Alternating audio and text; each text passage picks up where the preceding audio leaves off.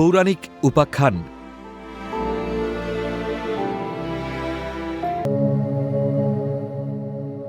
কৃষ্ণপুত্র শাম্ব কেন অভিশাপগ্রস্ত হয়েছিলেন?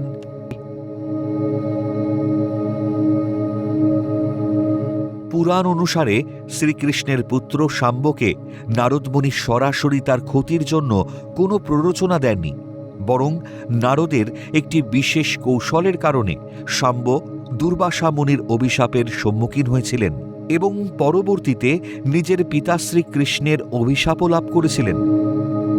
শাম্ব অত্যন্ত সুদর্শন ছিলেন এবং নিজের রূপ নিয়ে তার যথেষ্ট অহংকার ছিল। নারদমুনি শাম্বের এই অহংকার চূর্ণ করতে এবং যদুবংশের ধ্বংসের প্রেক্ষাপট তৈরি করতে একটি কৌশল অবলম্বন করেছিলেন। একদিন নারদমুনি শাম্বকে প্ররোচিত করে ভুলিয়ে এমন এক স্থানে নিয়ে যান যেখানে শ্রীকৃষ্ণ তার স্ত্রীদের সাথে নিভৃতে আমোদ প্রমোদে অবসর কাটাচ্ছিলেন। শাম্ব কৃষ্ণের স্ত্রীদের জলক্রীড়া করার সময় সেখানে উপস্থিত হন। পুত্র হয়েও বিমাতাদের সাথে এমন অশালীন ও অমর্যাদাকর আচরণ করায় কৃষ্ণ অত্যন্ত ক্রুদ্ধ হন।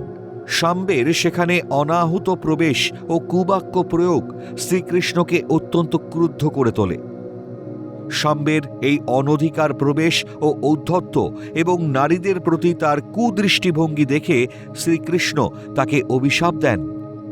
মূলত নারদের এই প্ররোচনা বা কার্যকলাপ ছিল যদুবংশের ধ্বংসের সূচনার একটি অংশ এবং শাম্বকে তার অহংকারের শিক্ষা দেওয়ার একটি মাধ্যম।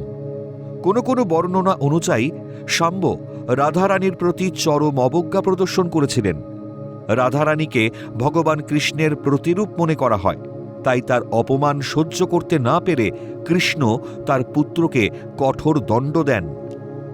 অন্য একটি পৌরাণিক কাহিনী অনুসারে ঋষি দুর্বাসা ভগবান কৃষ্ণের পুত্র শাম্বকে প্রধানত তার উদ্ধত আচরণ এবং উপহাসের জন্য অভিশাপ দিয়েছিলেন। শাম্ব ছিলেন অত্যন্ত সুদর্শন কিন্তু দাম্ভিক। একবার ঋষি দুর্বাসা দ্বারকা এলে শাম্ব তার শারীরিক গঠন বা বেশভূষা নিয়ে বিদ্রূপ ও তামাশা করেন। দুর্বাসা মুনি অত্যন্ত স্বল্প ক্রোধী ছিলেন এবং এই অপমানে ক্ষুব্ধ হয়ে তিনি শাম্বকে অভিশাপ দেন। দুর্বাসার অভিশাপের ফলে শাম্ব মারাত্মক কুষ্ঠরোগে আক্রান্ত হন। এই অভিশাপ থেকে মুক্তি পেতে শাম্ব পরবর্তীকালে নারদের পরামর্শে 12 বছর ধরে সূর্যদেবের আরাধনা করেছিলেন। চন্দ্রভাগার তীরে 12 বছর ধরে কঠোর তপস্যার পর সূর্যদেব প্রসন্ন হন। সূর্যদেবের আশীর্বাদে শাম্ব তার সুঠাম শরীর ফিরে পান।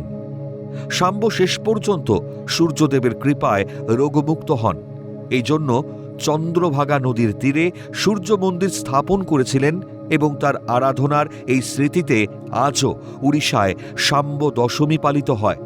তার মাধ্যমেই ভারতে সূর্য উপাসনার প্রসার ঘটে বলে মনে করা হয়।